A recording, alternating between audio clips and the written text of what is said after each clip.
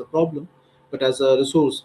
A culturally insensitive teacher can use diverse examples, encourage multiple modes of participation, and recognize that students may differ in how they ask questions, express disagreement, or seek any help. So, in translation practices, cross-cultural understanding is indispensable. Literal translations may fail if cultural meanings are ignored. For example, metaphors, terms like humor and social etiquette, it often requires cultural interpretations.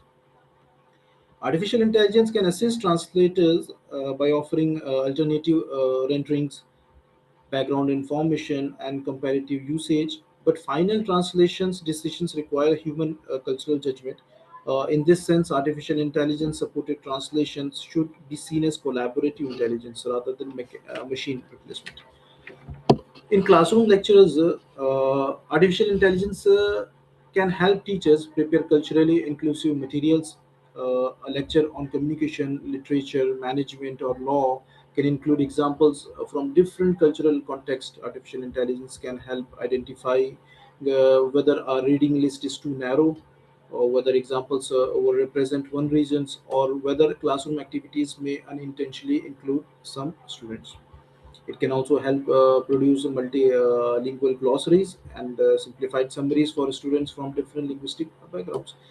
While in policy making, artificial intelligence can support inclusive institutional planning by analyzing feedbacks, identifying recurring barriers, and helping draft accessible policy documents. For example, in universities, uh, it may be used as artificial intelligence may be used to review students handbooks to for inclusive language, generate multilingual orientations materials, or design cross-cultural training for faculty and administrative staff. Corporations may also use AI to review recruitment languages, onboarding materials, leadership training, and employee communication. So however, the real transformation lies not in technology alone, but in institutional mindset. Artificial intelligence can provide suggestions, but institutions must cultivate empathy, dialogue, and accountability. Cross cultural understandings must be included in teaching, training, management, education, HR, policies, students' orientation, and leadership development. So ethical artificial intelligence and digital literacy. So ethical usage of artificial intelligence and the need for digital literacy is the use of artificial intelligence for cross cultural understanding must be guided by ethics. AI systems can support inclusions, but they can also reproduce exclusions if used carefully.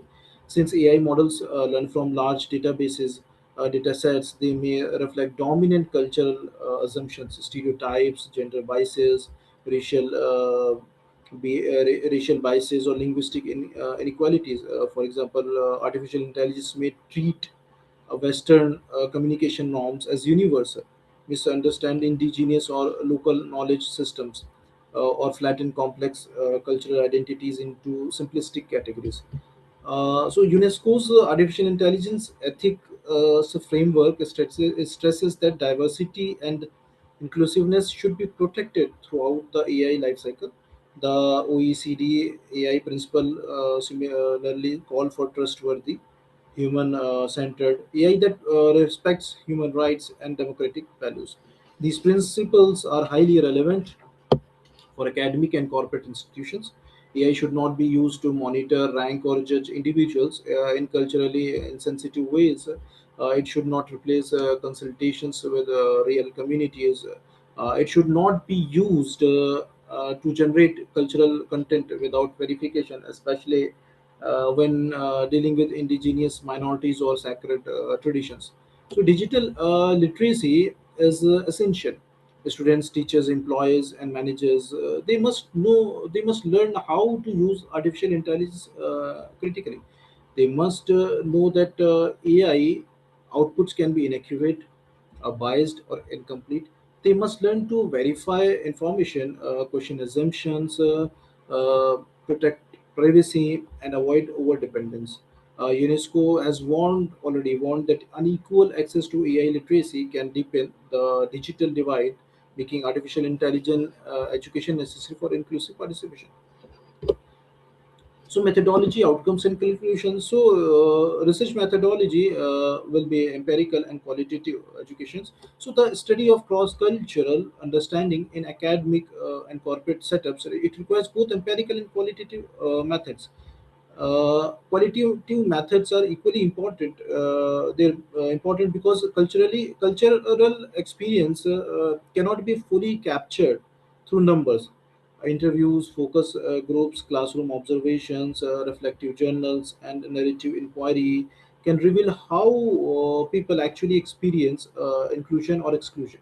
A student's silence, or maybe an employer's hesitation, or a teacher's feedback style, or a manager's communication habit or practices, it may require contextual interpretations. Qualitative research allows